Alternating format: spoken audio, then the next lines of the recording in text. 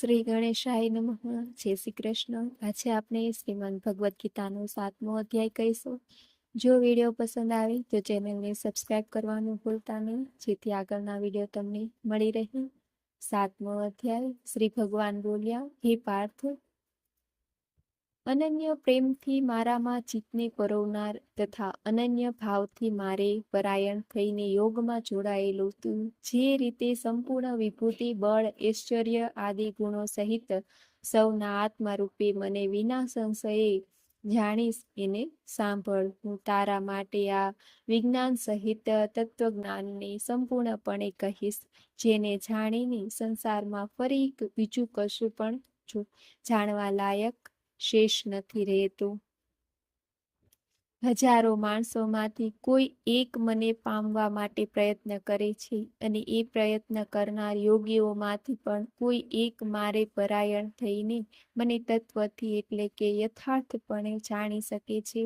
પૃથ્વી, જળ, અગ્નિ, વાયુ, આકાશ, મન, બુદ્ધિ અને અહંકાર આ પ્રમાણે આ 8 પ્રકારે વિભાગ પામેલી મારી પ્રકૃતિ છે.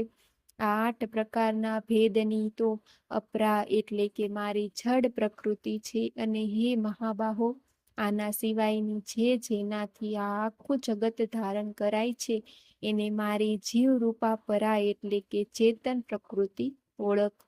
હે અર્જુન, તું એમ સમજ કે સંઘળા જીવો આ બંને પ્રકૃતિઓથી જ ઉદ્ભવનાર છે, અને હું આખા જગતનો પ્રભવ તેમજ પ્રલય છું, એટલે કે સકળ જગતનું મૂળ કારણ છું. હે ધનંજય, મારા સિવાય બીજું કોઈ પણ પરમ કારણ નથી.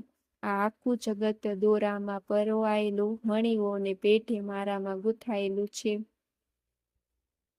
હે કોંતે, હું જળમાં રસ છું, ચંદ્ર તેમજ સૂર્યમાં પ્રકાશ છું, બધા વેદોમાં ઓકાર છું, આકાશમાં શબ્દ અને પુરુષોમાં પુરુષત્વ છું. હું પૃથ્વીમાં પવિત્ર એટલે કે શબ્દ, સ્પર્શ, રૂપ, રસ, ગંધ વડે આ પ્રસંગ એમના કારણ તે એવી તન્માત્રાઓનું ગ્રહણ કરવાનું છે એ વાતનું સ્પષ્ટ કરવા માટે એમની સાથે પવિત્ર શબ્દ જોડવામાં આવ્યો છે. ગંધ એટલે અગ્નિમાં તેજ છું, એટલે તેમજ સમસ્ત ભૂતોમાં એમનું જીવન છું, અને તપસ્વીઓમાં તપ છું. હે પાર્થ, તું સર્વે જીવોનું સનાતન બીજ મને જાણ. હું બુદ્ધિઓમાંનું બુદ્ધિ તથા તેજસ્વીઓમાંનું તેજ છું. હે ભરતવંશીઓમાં શ્રેષ્ઠ, હું બળવાનોનું આસક્તિ તથા કામનાઓનું વિનાનું બળ એટલે કે સામર્થ્ય છું, અને સૌ જીવોમાં ધર્મનું અનુકૂળ એટલે કે શાશ્વત અનુકૂળ કામ છું. અને વળી જે સત્વગુણમાંથી ઉદ્ભવતા ભાવો છે, તેમજ જે રજોગુણથી અને તમોગુણથી થતા ભાવો છે, એ બધાને તું મારાથી જ થનારા છે એમ સમજ. એમ હોવા છતાં પણ વાસ્તવમાં તેમનામાં હું કે તેઓ મારામાં નથી. ગુણોના કાર્યરૂપ સાત્વિક, રાજસ અને તામસ એવા આ 3 પ્રકારના ભાવોથી એટલે કે રાગ, દ્વેષ વગેરે વિકારો તેમજ સંકળા વિષયોથી આખો પ્રાણી સમુદાય મોહ પામી રહ્યો છે. માટે જ આ 3 ગુણોથી પણ એવા મુજ અવિનાશીઓને નથી ઓળખતો. કેમ કે આ અલૌકિક અર્થાત ઘણી અદ્ભુત ત્રિગુણમયી મારી માયા પાર કરવી ઘણી કઠિન છે. પરંતુ જે માણસો માત્ર મને જ નિરંતર ભજે છે, તેઓ આ માયાને પાર કરી જાય છે, એટલે કે સંસાર સાગરને તરી જાય છે.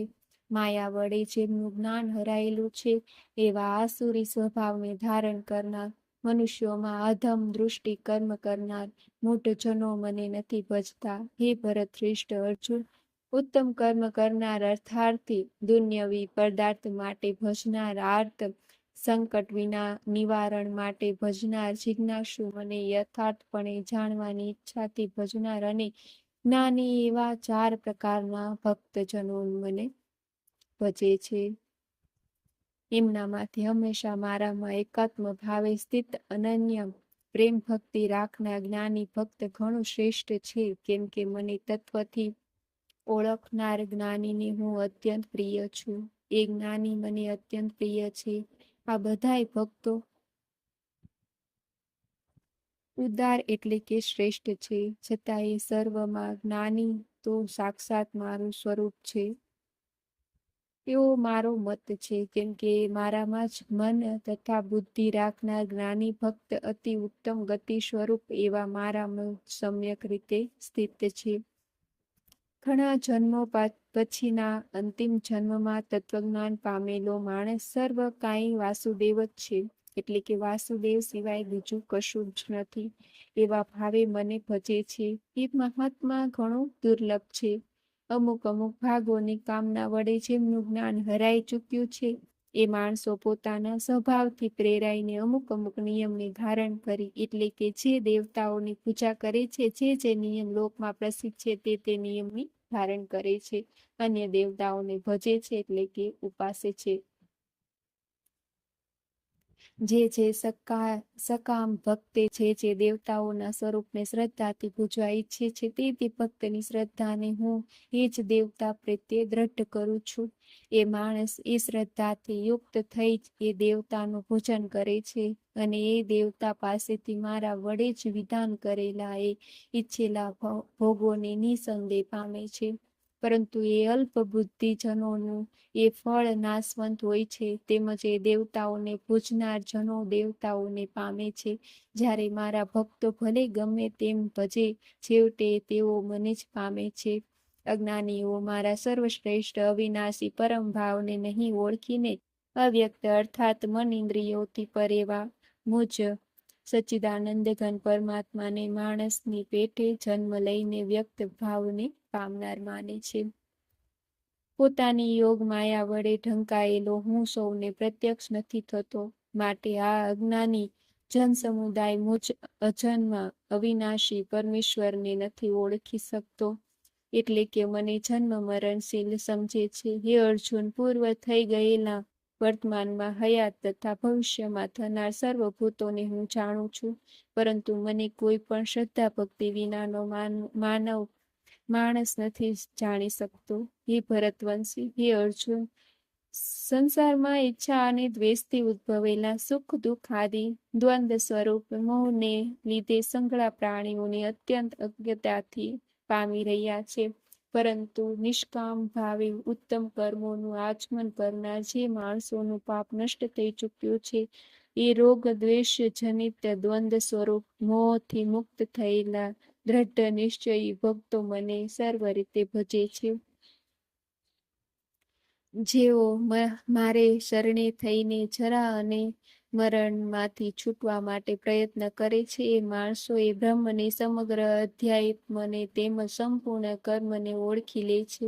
જે માણસો અધિભૂત અને અધિદેવ સહિત તેમજ અધિયજ્ઞ સહિત સૌના આત્મા સ્વરૂપ મને અંતકાળે ઓળખી લે છે, એ મારામાં ચિત્ત પરોવેલા માણસો મને જ ઓળખી લે છે. અર્થાત જે રીતે વરાળ, વાદળ, પાણી અને બરફ એ બધાય જળ સ્વરૂપ છે, એ જ રીતે અધિભૂતિ, અધિદેવ, અધિયજ્ઞ સર્વકાય વાસુદેવ સ્વરૂપ છે, એમ જેઓ જાણી લે છે, એટલે કે પામી જાણે છે. શ્રી કૃષ્ણ અર્જુન સંવાદે જ્ઞાન વિજ્ઞાન યોગો નામ 7મો અધ્યાય. જ્ઞાન વિજ્ઞાન યોગ નામનો 7મો અધ્યાય સમાપ્ત.